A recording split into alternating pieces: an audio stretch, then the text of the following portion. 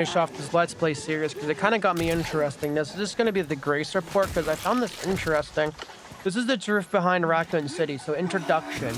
In the 1998, the Raccoon City was devastated by a massive outbreak caused by a viral leak from the pharmaceutical giant Umbrella. As we all know, the United States government, responded by launching missile strike to wipe out the infected, eradicate a blockade, seal off the city. And then in 2004, following a court trial, the Umbrella Corporation was declared bankruptcy. We all know the events of the original game. However, in October 2026, it was discovered that the city has been used as a hub for production and trafficking of bioweapons.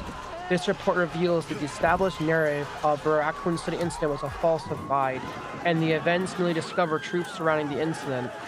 1968, it says, to properly understand the truth, we must first go back to the beginning of it all. In 1968, Oswald E. Spencer, James Marcus, and Edward Asperg founded the Umbrella Corporation. As we all know, because I'm sure you guys played the original game. Having witnessed the horrors of the Second World War and the dread of the Cold War, Spencer felt a sense of despair at watching the world repeat the same mistakes. He felt it was his duty to bring about change to humanity, which that didn't end very well. As stated in the court records following the Raccoon City incident, his ultimate goal was to bring about the viral evolution of human race. Thus, he recklessly pursued the virus research through illegal and inhuman means. This fact remains unchanged. Now, this next part is the 1970s. From the very beginning of the Umbrella Company faced rapid change, intense internal strife, and most notably the sharp ideological divide between Spencer and Marcus.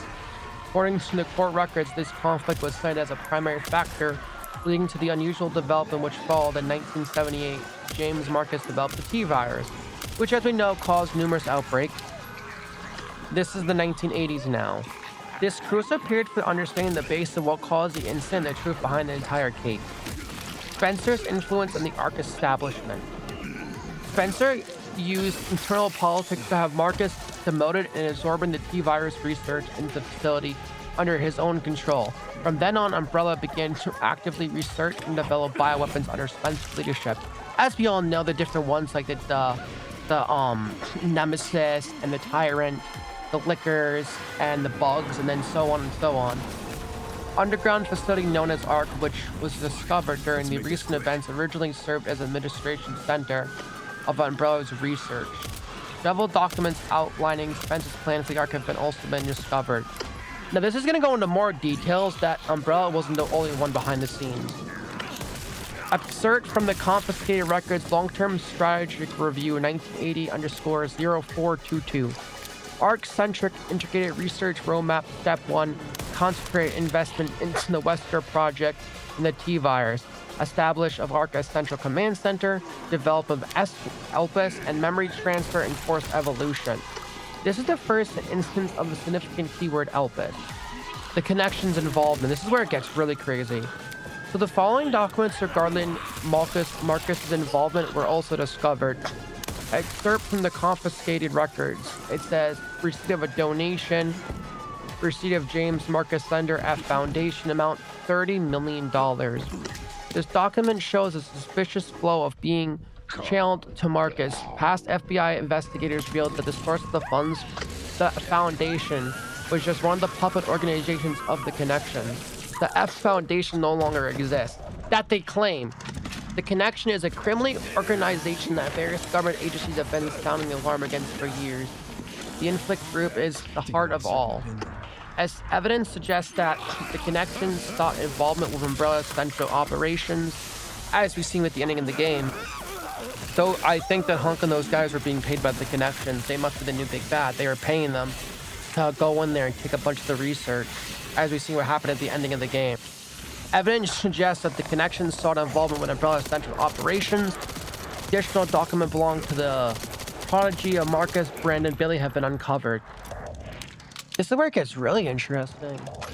So, confiscated records of telegraphic senders to Brandon Bailey received is F Foundations. Preparations are complete. I think it's time. They made contact with me directly. I await a response. It indicates that Bailey took over the correspondence with the connections to see to Marcus. Bailey was rumored to be the founder of the connections, but he may have only been a small cog in the larger machine. We now believe the connections had deep roots in the criminal underworld since before the 1980s. Much more about the connections remains. Spencer's Purge. So in order for Spencer to attain complete control of Umbrella, he used the Force to deal with any eternal oppositions and influence adversaries. A list of these individuals seamlessly prepared by associate Spencer was recently discovered. Oh yeah, where he started killing people, I'm assuming. From the confiscated records revelation list, following the seal revelation protocols, measures will be taken against these individuals. Sherry Moore, Michael Comer, and James Marcus. 1990s.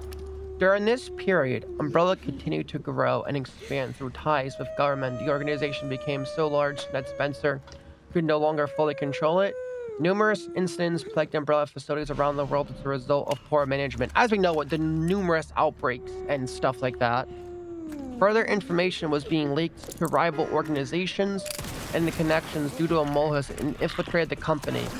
Yet despite the circumstances, Spencer was able to thoroughly protect and complete his research at the Arc Research, which is Elpis. While most records regarding Elpis were lost within the destruction of the Arc, a precious few remain. This is where it gets really cool. Excerpt from confiscated record. Spencer's data message 1999. Data missing. Prycel H.C.F. The family Umbrella Elpis shall bring it all to an end. Data corrupt. The only information leaked about Elpis was that it had potential to upset the military balance of the world.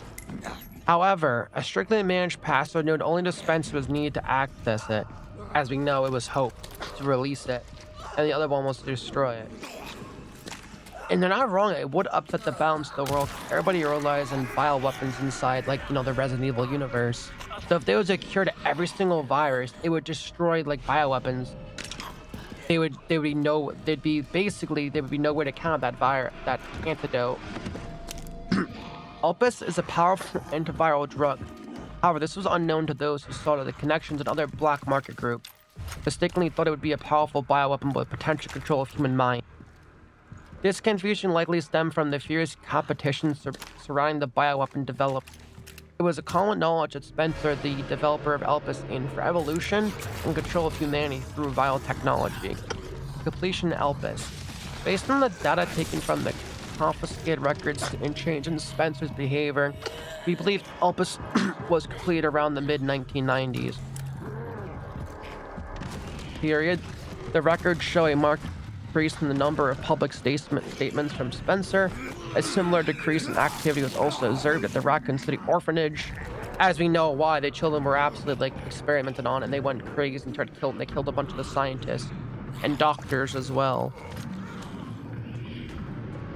Disturbingly, it was suspected that the children at the orphanage had long been used for Umbrella experiments.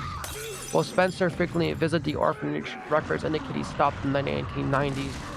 Furthermore, the orphanage was under the research jurisdiction of William Birkin. Oh yeah, they got that. Oh yeah. I remember this from Raccoon City operations. Birkin turned against Spencer, ultimately leading to the leak of the T-virus.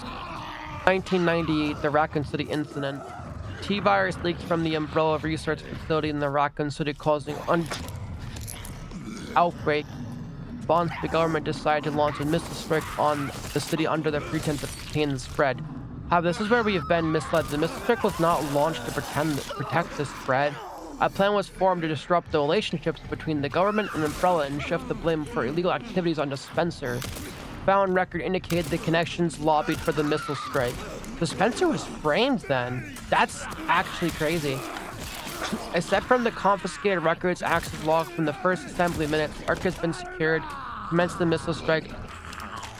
Blame will solely on Spencer. With this, Umbrella will be dismantled and will seize their assets. Their goal was to acquisition of the Umbrella assets, particularly the thing they believed would disrupt the world's military balance, Elpis. Due to Billy's involvement, the connections were unaware of Umbrella's inner workings. Were aware of the Umbrella inner workings prior to Raccoon City incident.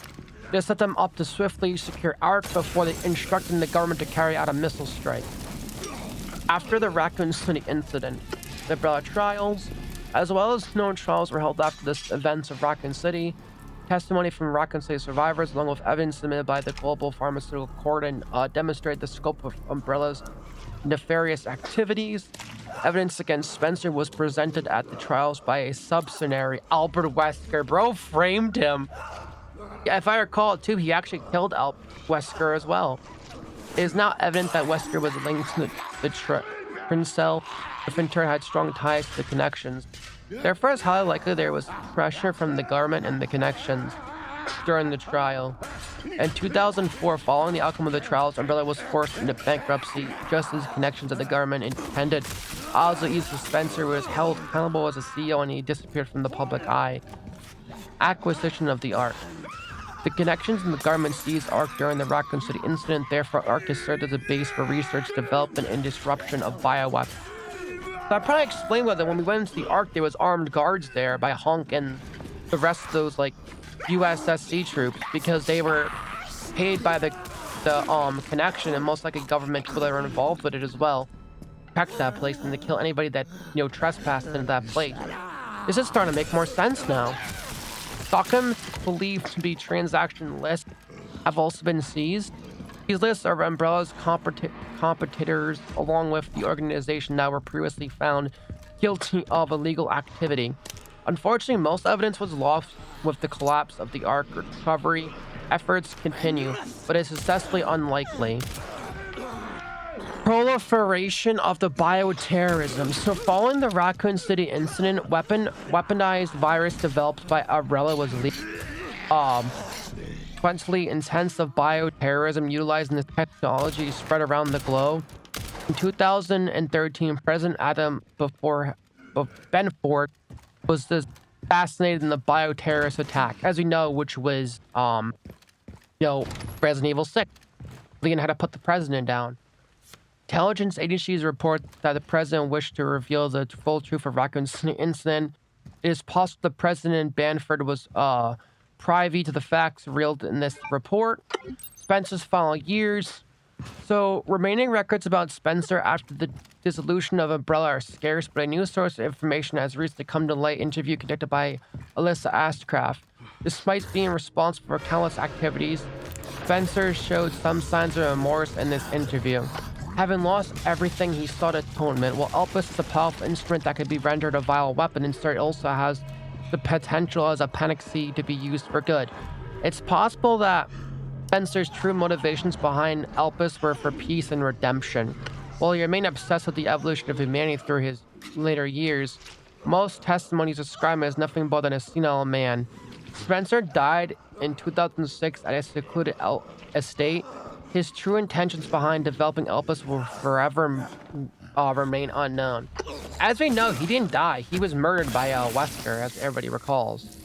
Conclusion. As we see from the records, the Umbrella Corporation liquidation was intentionally ostracized by the connections and the U.S. government. Furthermore, they were involved in legal development and trafficking of bioweapons in the Raccoon City. The extent which past president governments were involved requires further investigation.